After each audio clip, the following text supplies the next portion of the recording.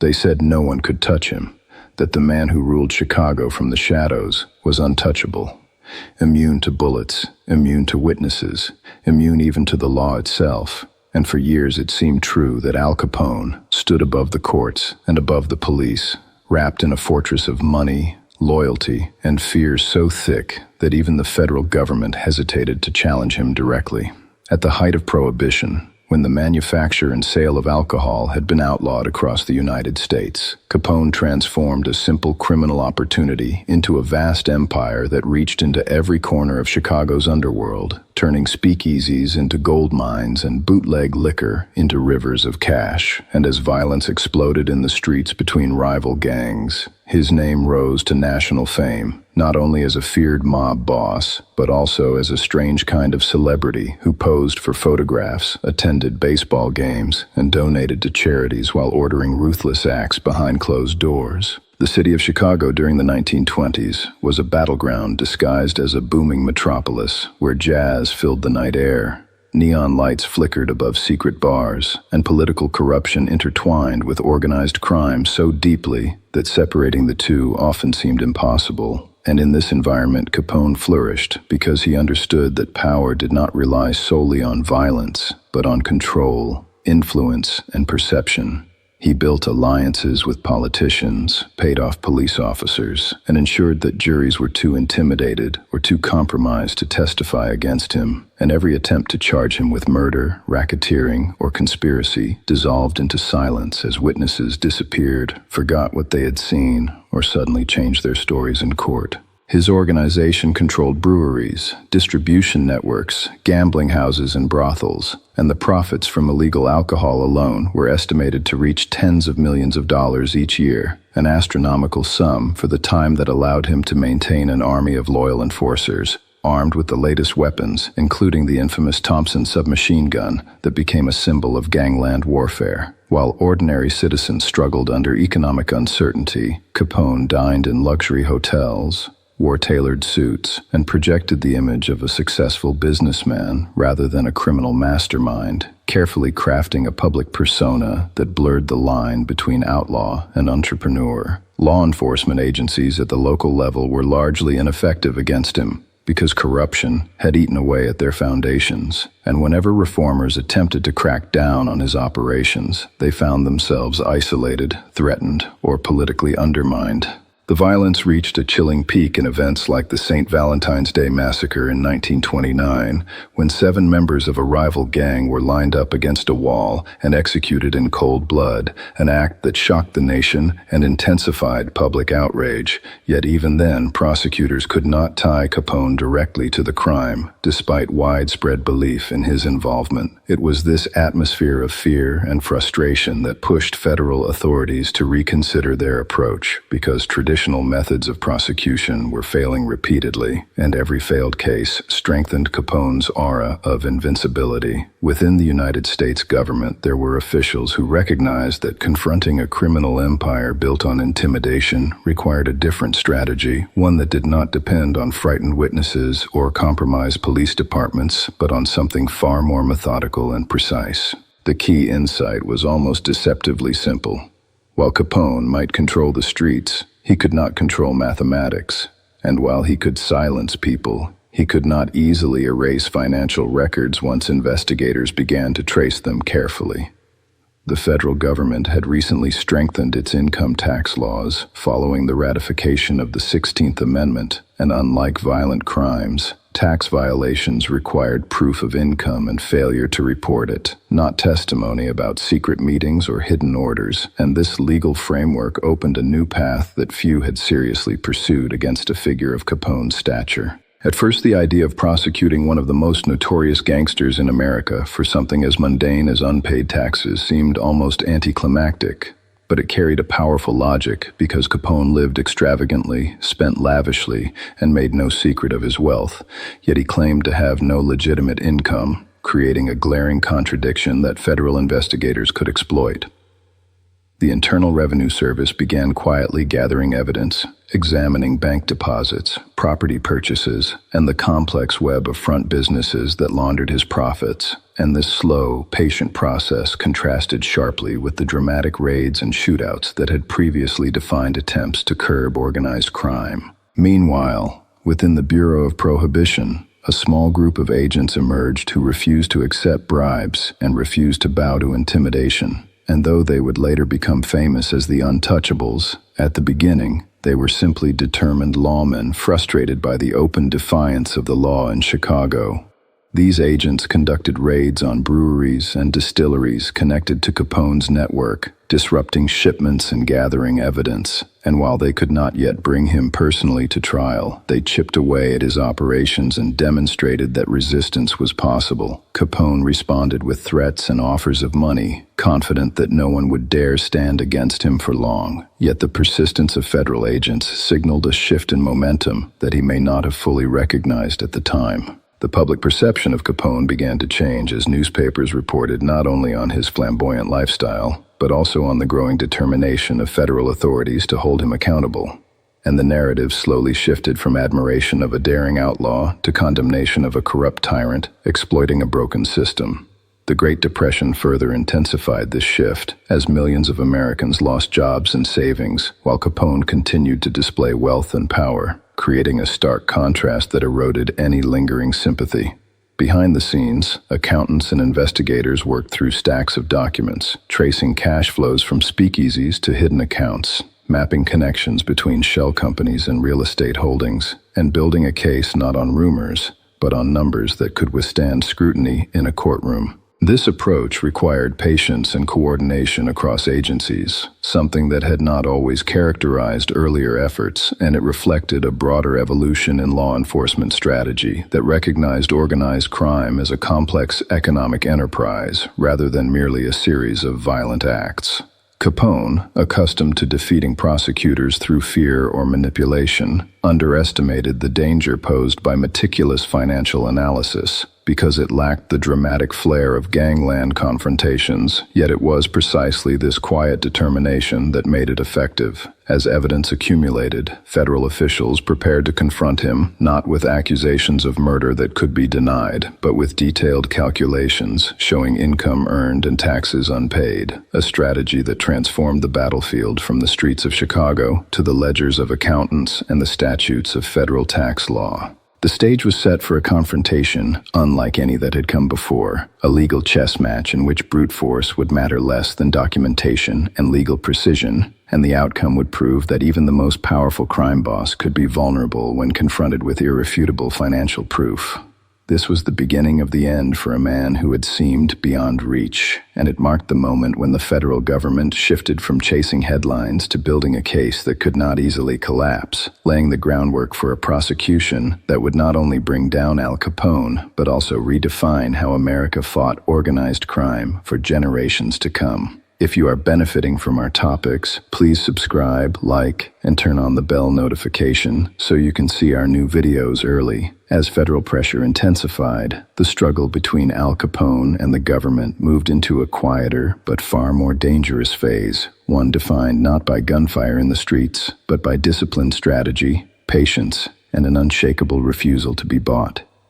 The group of agents who would earn the nickname the Untouchables did not begin as legends. They were selected carefully for their integrity, their willingness to operate without corruption, and their commitment to enforcing prohibition laws in a city where bribery was almost expected. Led by a determined Treasury agent, they conducted relentless raids on breweries, warehouses, and transportation routes tied to Capone's bootlegging network, striking at the infrastructure that generated his enormous profits. Each raid disrupted supply chains, destroyed equipment, and sent a message that federal authority was not entirely powerless. Yet Capone's empire was so vast and so well funded that these blows, while significant, did not cripple him outright. He continued to preside over an organization that controlled thousands of speakeasies and gambling dens, funneling staggering sums of money through a web of intermediaries and shell businesses designed to obscure the true source of his wealth. The scale of the operation was astonishing.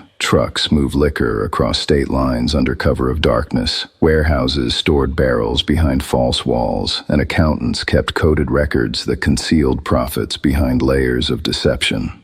At the center of it all sat Capone, projecting confidence and dismissing federal efforts as harassment, certain that his lawyers could untangle any legal threat that emerged. However, beneath that outward assurance lay a growing awareness that something had changed because the federal government was no longer focusing solely on raids or violent accusations, but was instead assembling a financial puzzle piece by piece. The Internal Revenue Service, working in coordination with Treasury officials, pursued a methodical examination of Capone's lifestyle, expenditures, and documented income, and the contradiction was glaring. He lived in luxury, maintained expensive properties, traveled frequently, and supported an entourage of bodyguards and associates, yet he filed no legitimate tax returns reflecting such income. Investigators relied on the principle that income, regardless of its source, was taxable under federal law, and this meant that even illegal profits from bootlegging were subject to reporting requirements. This concept, though straightforward in theory, required careful proof in practice because prosecutors needed to demonstrate not only that Capone had substantial income, but also that he willfully failed to report it. To build this case, agents gathered testimony from former associates who could describe the financial operations, analyzed bank records, and traced payments for property and luxury items, gradually constructing a clear picture of unreported earnings. Unlike previous attempts to prosecute Capone for violent crimes, this strategy did not depend on eyewitnesses willing to accuse him of ordering murders. It relied instead on documentation, financial patterns, and the mathematical certainty of unpaid taxes. Capone attempted to counter these efforts through legal maneuvering and public relations, portraying himself as a victim of government overreach and insisting that he was merely a businessman, unfairly targeted by authorities seeking publicity. Yet the public mood had shifted significantly by the early 1930s as economic hardship deepened across the country and tolerance for extravagant criminal figures diminished. The Great Depression exposed stark inequalities, and Capone's conspicuous wealth no longer appeared charming or rebellious, but rather emblematic of corruption and exploitation. Meanwhile, the Untouchables continued their operations with disciplined resolve, refusing bribes that could have made them wealthy and enduring threats that underscored the risks they faced. Their reputation for incorruptibility spread, earning them both admiration and hostility, and it reinforced the broader federal effort to demonstrate that law enforcement could not always be bought. The financial investigation advanced steadily, culminating in the formal indictment of Capone on multiple counts of tax evasion, charges that carried substantial penalties if proven. This moment marked a dramatic shift in the battle, because it signaled that the government believed it possessed sufficient evidence to confront one of the most feared figures in America within the structured environment of a federal courtroom. Capone initially attempted to negotiate, exploring the possibility of a plea deal that might limit his prison time, and at one point he expressed willingness to plead guilty in exchange for a relatively light sentence. However, the presiding judge rejected any arrangement that appeared overly lenient, emphasizing that the case represented more than an individual prosecution. It was a test of whether the justice system could hold powerful criminals accountable. As the trial approached, tension mounted, with Capone's legal team preparing an aggressive defense strategy designed to challenge the government's financial calculations and undermine the credibility of witnesses. Jury selection became a critical battleground because Capone's influence in Chicago was notorious, and there were legitimate concerns that jurors might be bribed or intimidated. In a surprising move that underscored the seriousness of the proceedings, the judge arranged for the jury pool to be switched at the last minute, reducing the likelihood of corruption and ensuring a fairer process. This decision sent a powerful signal that the court would not tolerate interference, and it strengthened public confidence that the trial would proceed on its merits. The stage was set for a confrontation unlike any that had come before, a legal chess match in which brute force would matter less than documentation and legal precision, and the outcome would prove that even the most powerful crime boss could be vulnerable when confronted with irrefutable financial proof. This was the beginning of the end for a man who had seemed beyond reach, and it marked the moment when the federal government shifted from chasing headlines to building a case that could not easily collapse, laying the groundwork for a prosecution that would not only bring down Al Capone, but also redefine how America fought organized crime for generations to come. If you are benefiting from our topics, please subscribe, like, and turn on the bell notification so you can see our new videos early. During the proceedings, prosecutors presented detailed evidence of income derived from illegal enterprises, highlighting expenditures that far exceeded any declared earnings and emphasizing the absence of tax returns reflecting such wealth. They introduced ledgers, witness testimony, and financial analyses that painted a coherent picture of deliberate tax evasion. And while the defense attempted to argue that the income could not be conclusively attributed to Capone personally, the accumulation of evidence proved persuasive. The courtroom drama captivated the nation, as newspapers reported daily developments, and citizens followed the case with intense interest, recognizing that its outcome could reshape the balance between organized crime and federal authority. Capone himself appeared composed throughout much of the trial, dressed impeccably and projecting confidence, yet the weight of the evidence steadily narrowed his options. The strategy of targeting his finances rather than his violent activities demonstrated a profound shift in law enforcement thinking, one that prioritized provable facts over sensational accusations. It revealed that even a figure insulated by fear and loyalty could be vulnerable when confronted with objective financial records and statutory obligations. Ultimately, the jury returned a guilty verdict on several counts of tax evasion, delivering a blow that reverberated far beyond the walls of the courtroom. Capone was sentenced to a significant term in federal prison, a punishment that shattered the myth of his invincibility and signaled that no individual, regardless of wealth or notoriety, stood entirely above the law. The sentence not only removed him from direct control of his empire, but also disrupted the structure of organized crime in Chicago, creating power struggles and uncertainty among his associates. The conviction represented more than the downfall of a single crime boss. It embodied a new model of prosecution that emphasized financial accountability as a tool against criminal enterprises. By proving that illegal income could serve as the basis for tax charges, federal authorities established a precedent that would influence future cases against mob leaders and other organized crime figures. The impact extended into subsequent decades, shaping strategies used against mafia families, drug cartels, and complex criminal networks, whose leaders often insulated themselves from direct involvement in violent acts. The case demonstrated that following the money could expose hidden structures and reveal vulnerabilities that brute force alone could not address. For the Untouchables and the investigators who painstakingly assembled the financial case, the verdict validated years of disciplined effort and personal risk, affirming that integrity and persistence could overcome intimidation and corruption. The fall of Al Capone thus marked a pivotal turning point in American criminal justice, illustrating that the law, when applied strategically and supported by rigorous evidence, could dismantle even the most entrenched criminal empires.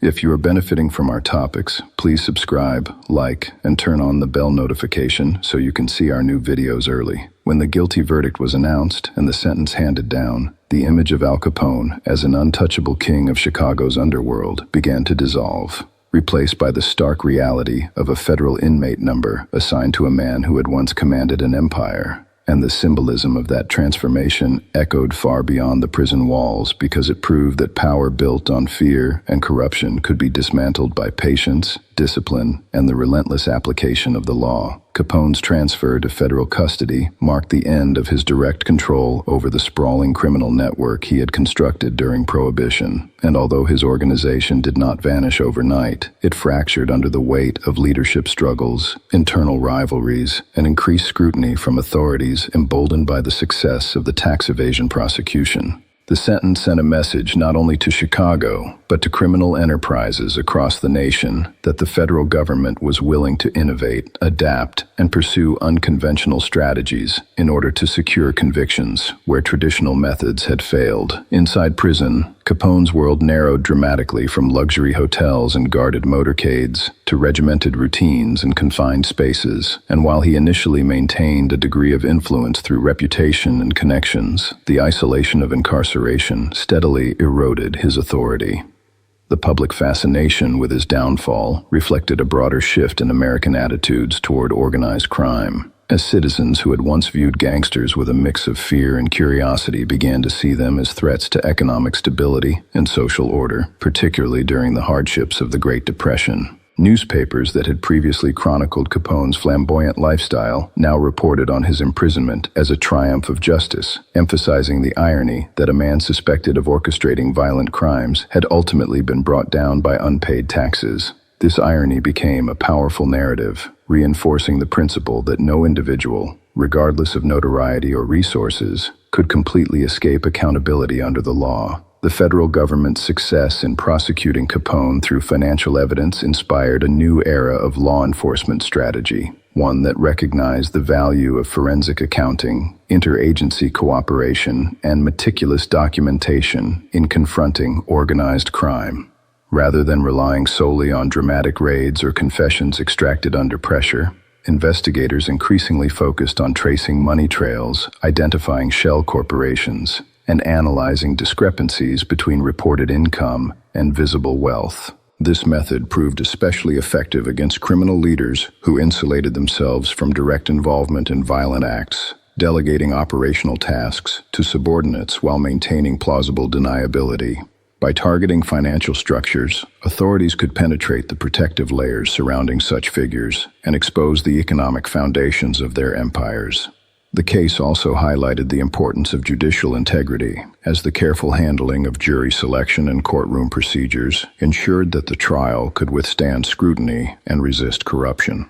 The lessons learned from the prosecution of Capone influenced subsequent legislative reforms and investigative techniques, shaping the development of specialized units dedicated to combating organized crime through financial oversight. Over time, this approach would contribute to the dismantling of powerful mafia families and criminal syndicates whose leaders had once seemed as invincible as Capone had appeared in his prime. The legacy of the Untouchables extended beyond their individual careers, symbolizing a broader commitment within federal agencies to uphold ethical standards and resist bribery, even in environments saturated with corruption. Their refusal to accept payment or intimidation underscored the principle that integrity within law enforcement is not merely an ideal, but a practical necessity when confronting adversaries who wield immense financial resources.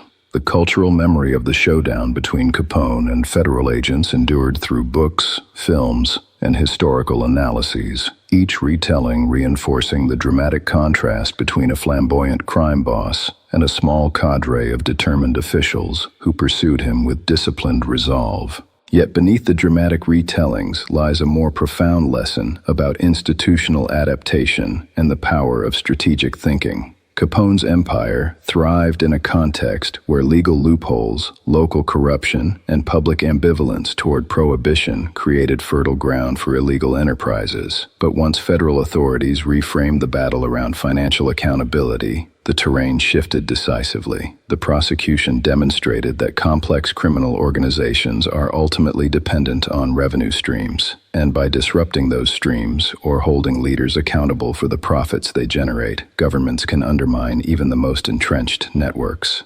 Capone's health declined during his imprisonment, and by the time he was released after serving his sentence, the aura of dominance that once surrounded him had faded significantly, replaced by a diminished figure whose influence had largely evaporated. His story thus became a cautionary tale about the fragility of power built on illegality and the inevitability of consequences when financial records and legal statutes converge. The broader implications of his conviction extended into modern law enforcement practices, where financial investigations remain central to combating organized crime, terrorism financing, drug trafficking, and sophisticated fraud schemes. Agencies around the world now employ forensic accountants, data analysts, and specialized prosecutors who trace transactions across borders and digital platforms, building cases that mirror the logic first applied successfully against Capone. The principle is consistent: follow the money, document discrepancies, and present clear, objective evidence that withstands legal scrutiny. This method reduces reliance on vulnerable witnesses and shifts the focus toward tangible proof embedded in financial systems. The story of Capone's downfall also illustrates the interplay between public perception and legal action, as growing dissatisfaction with corruption and economic inequality strengthen support for decisive federal intervention. In times of crisis, societies often reassess their tolerance for criminal enterprises that exploit systemic weaknesses, and the Great Depression amplified the urgency of restoring trust in institutions. By securing a conviction through lawful means rather than extrajudicial tactics, the government reinforced the legitimacy of the judicial process and demonstrated that reform could occur within constitutional boundaries. The enduring fascination with the battle between Capone and federal agents reflects not only the dramatic personalities involved, but also the structural transformation it represented in the fight against organized crime. It marked a transition from reactive enforcement focused on individual acts of violence to proactive strategies targeting the economic lifeblood of criminal organizations. This shift continues to shape policy debates and investigative priorities, reminding us that adaptability and analytical rigor are essential in confronting evolving forms of illegality. Capone once embodied the belief that wealth and intimidation could secure permanent immunity. Yet his conviction revealed the limits of that belief and underscored the capacity of institutions to correct course when confronted with persistent challenges. The Untouchables did not rely on spectacle or grand gestures. They relied on evidence, coordination, and steadfast commitment to their mandate, qualities that remain vital in contemporary law enforcement efforts. The ripple effects of the case influenced training programs, interagency collaboration, and the development of legal tools designed to address financial crimes, reinforcing the understanding that economic transparency is a cornerstone of accountability. As we look back on this historic confrontation, it becomes clear that the ultimate victory was not merely the imprisonment of a single crime boss, but the affirmation of a strategy that continues to protect societies from complex criminal enterprises. The narrative endures because it captures a fundamental truth about justice: that even the most formidable adversaries can be confronted successfully when investigators combine integrity with innovation and pursue evidence wherever it leads. Capone's empire rose rapidly in an era defined by prohibition and corruption, but it fell when confronted by a government willing to rethink its approach and leverage the full power of financial law. The precedent established by his conviction remains embedded in the architecture of modern criminal justice, a reminder that the rule of law evolves in response to new challenges and that persistence, patience, and precise documentation can achieve results where force alone cannot. The clash between a mafia king and a determined group of federal agents thus stands as a turning point, illustrating how strategic thinking reshaped the fight against organized crime and set the stage for future victories built on the same foundational principle of following the money. If you are benefiting from our topics, please subscribe, like, and turn on the bell notification so you can see our new videos early. For the Untouchables and the investigators who painstakingly assembled the financial case, the verdict validated years of disciplined effort and personal risk, affirming that integrity and persistence could overcome intimidation and corruption. The fall of Al Capone thus marked a pivotal turning point in American criminal justice, illustrating that the law, when applied strategically and supported by rigorous evidence, could dismantle even the most entrenched criminal empires. If you are benefiting from our topics, please subscribe, like, and turn on the bell notification so you can see our new videos early.